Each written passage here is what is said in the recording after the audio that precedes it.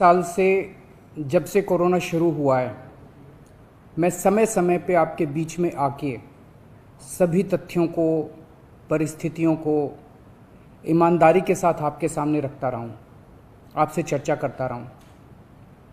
एक चीज़ हम लोगों ने हमेशा गांठ बांध के रखी, आपको कभी गलत तथ्य नहीं दिए, आपसे कभी झूठ नहीं बोला, जो था आपके सामने रख दिया।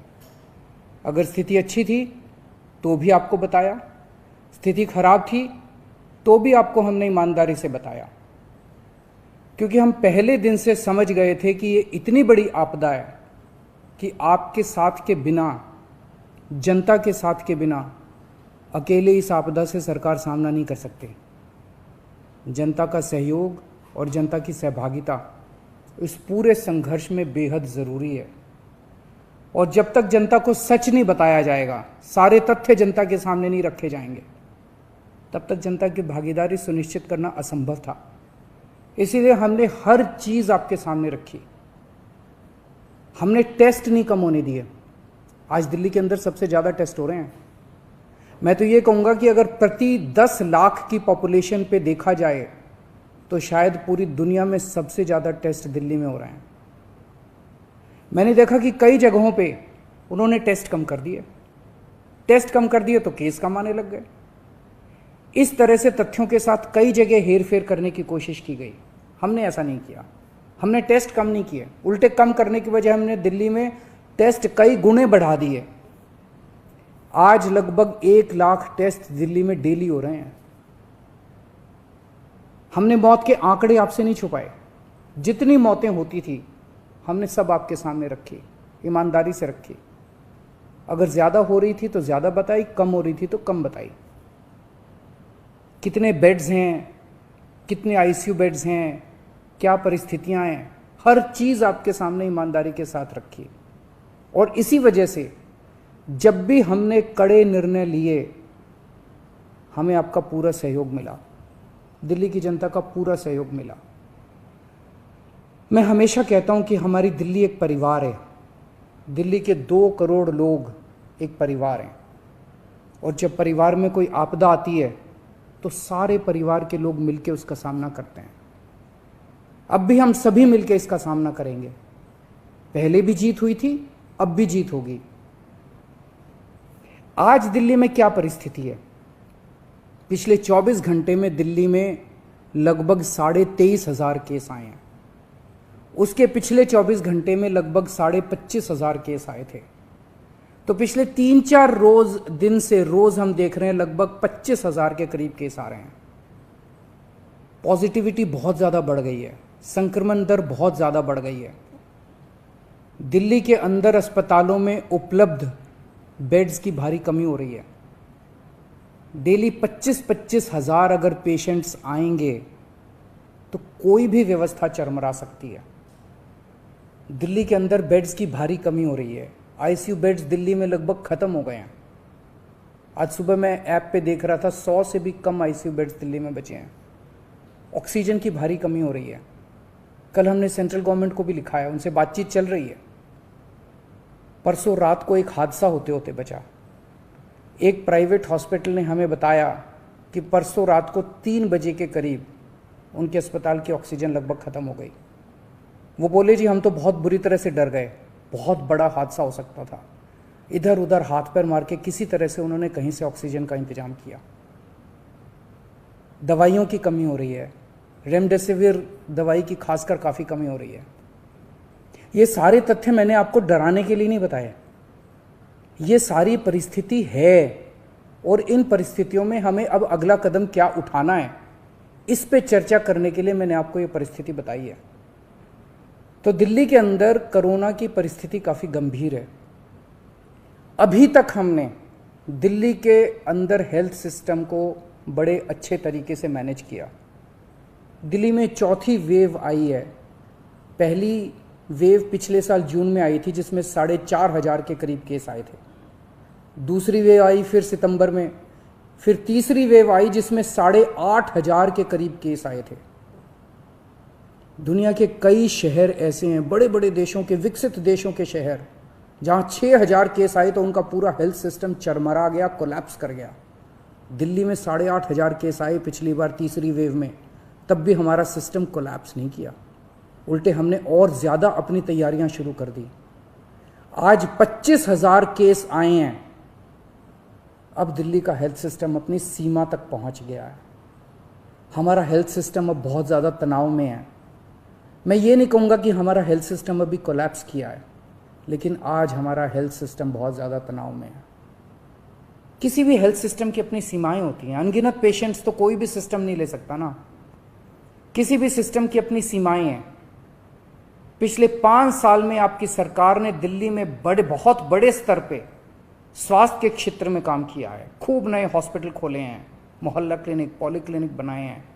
बहुत बड़े स्तर के ऊपर स्वास्थ्य के क्षेत्र में काम हुआ है। यही कारण है कि आज 25,000 केस के ऊपर भी दिल्ली का सिस्टम चल रहा है। लेकिन अब इसके बाद अगर तुरंत कुछ कठोर कदम नहीं उठाए गए तो यह सिस्टम कोलैप्स कर सकता है। और अगर हेल्थ सिस्टम कोलैप्स कर गया तो मुझे डर है कहीं बहुत बड़ी त्रासदी ना हो जाए। जैसे मैंने बताया कि कल एक अस्पताल में ऑक्सीजन बिल्कुल ख़त्म हो गई थी और बहुत बड़ी त्रासदी होते होते बची। मैंने वीडियोस देखे हैं, तस्वीरें देखी हैं, आपने भी देखी होंगी सोशल मीडिया पे। दुनिया के कई शहर ऐसे हैं जहां कॉरिडोर में पेशेंट्स पड़े हुए हैं, सड़कों के ऊपर लोग दम तोड़ रहे हैं। अभी तक हमने दिल्ली को उस किस्म की त्रासदी से बचाया है, वैसा नहीं होने दिया। आज सुबह 11 बजे मेरी और एलजी साहब की मीटिंग हुई और इन सारे पहलुओं के ऊपर, सारी परिस्थिति के ऊपर काफ़ी विस्तार से बातचीत हुई। और उस बातचीत के बाद हमें ये लगा कि दिल्ली का हेल्थ सिस्टम बड़ी मात्रा में और अधिक पेशेंट्स अब लेने में असमर्थ है। अगर हमने अभी लॉकडाउन नहीं लगाया तो कहीं ऐसा ना हो कि बड़ी त्रासदी हो जाए। हम किसी भी हालत में दिल्ली को उस परिस्थिति में नहीं ले जाना चाहते जहां कॉरिडोर के अंदर पेशेंट्स पड़े हैं, सड़कों पे लोग दम तोड़ रहे हैं। आज सभी परिस्थितियों का जायजा लेने के बाद आपकी सरकार को ये लगता है कि दिल्ली में कुछ दिन के लिए लॉकडाउन लगाना ज़रूरी है, तो आज रात को 10 बजे से अगले सोमवार को सुबह 5 बजे तक 6 दिन के लिए दिल्ली में लॉकडाउन लगाया जा रहा है। इस दौरान जाहिर है कि जो एसेंशियल सर्विसेज हैं वो जारी रहेंगी, खाने पीने की, मेडिकल व्यवस्थाओं की वो जारी रहेंगी। ये शादियों का सीज़न है, लोगों के बड़े मुश्किल से रिश्ते बनते हैं, हम उनके रिश्ते तोड़ना नहीं चाहते, तो लोगों की शादियां संपन्न हों, लेकिन केवल 50 लोगों के गैदरिंग के साथ संपन्न हो। उसके लिए अलग से पास दिए जाएंगे। इसके बारे में अभी थोड़ी देर में डिटेल्ड ऑर्डर जारी हो जाएगा कि कौन कौन सी चीज़ें जारी रहेंगी और कौन सी चीज़ों पर पाबंदी रहेगी। मैंने और एलजी साहब के हम दोनों ने निर्णय तब लिया है जब हमारे पास कोई उपाय नहीं बचा था। हमारे लिए निर्णय लेना आसान नहीं था, क्योंकि मैं समझ सकता हूं कि लॉकडाउन के दौरान किस तरह से लोगों के रोज़गार ख़त्म हो जाते हैं, लोगों की कमाई ख़त्म हो जाती है, और ख़ासकर सबसे गरीब तबके के लिए तो ये बेहद मुश्किल होता है। जो दिहाड़ी करके रोज़ कमाते हैं उनके लिए तो बेहद मुश्किल हो जाता है। पिछली बार जब देश में लॉकडाउन लगा था, हमने देखा कि किस तरह बड़ी संख्या में प्रवासी मजदूर अपने गांव जाने लगे थे। उनसे मैं ख़ास तौर से हाथ जोड़ के अपील करना चाहता हूँ, ये छोटा सा लॉकडाउन है, 6 दिन का, दिल्ली छोड़ के मत जाइएगा। आपके आने जाने में इतना समय खराब हो जाएगा, इतना पैसा खराब हो जाएगा, इतनी ऊर्जा खराब होती है। दिल्ली में रहिए। मुझे उम्मीद है कि ये छोटा लॉकडाउन है और छोटा ही रहेगा। मुझे पूरी उम्मीद है कि शायद बढ़ाने की ज़रूरत ना पड़े। आप दिल्ली में रहिए। यकीन मानिए, हम पूरी ईमानदारी के साथ सब मिल के लड़ेंगे तो जल्दी इस मुसीबत से छुटकारा पाएंगे। मैं आपको यकीन दिलाता हूँ, सरकार आपका पूरा ख्याल रखेगी। मैं हूँ ना, मुझ पे भरोसा रखिए। मेरी दिल्ली के सभी नागरिकों से अपील है कि ये निर्णय हमने बहुत मुश्किल से लिया है। आप सब लोग जानते हैं कि मैं लॉकडाउन के सख्त खिलाफ रहा हूँ। हमेशा से मैंने लॉकडाउन का विरोध किया है। मेरा ये मानना है कि लॉकडाउन से कोरोना ख़त्म नहीं होता, लॉकडाउन से कोरोना की स्पीड कम हो जाती है।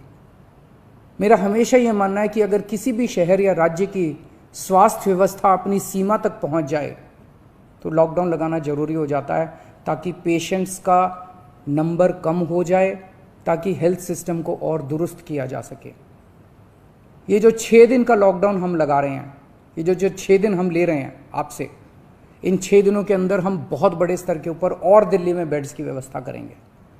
केंद्र से हम मदद मांग रहे हैं, उनसे लगातार संपर्क में हैं।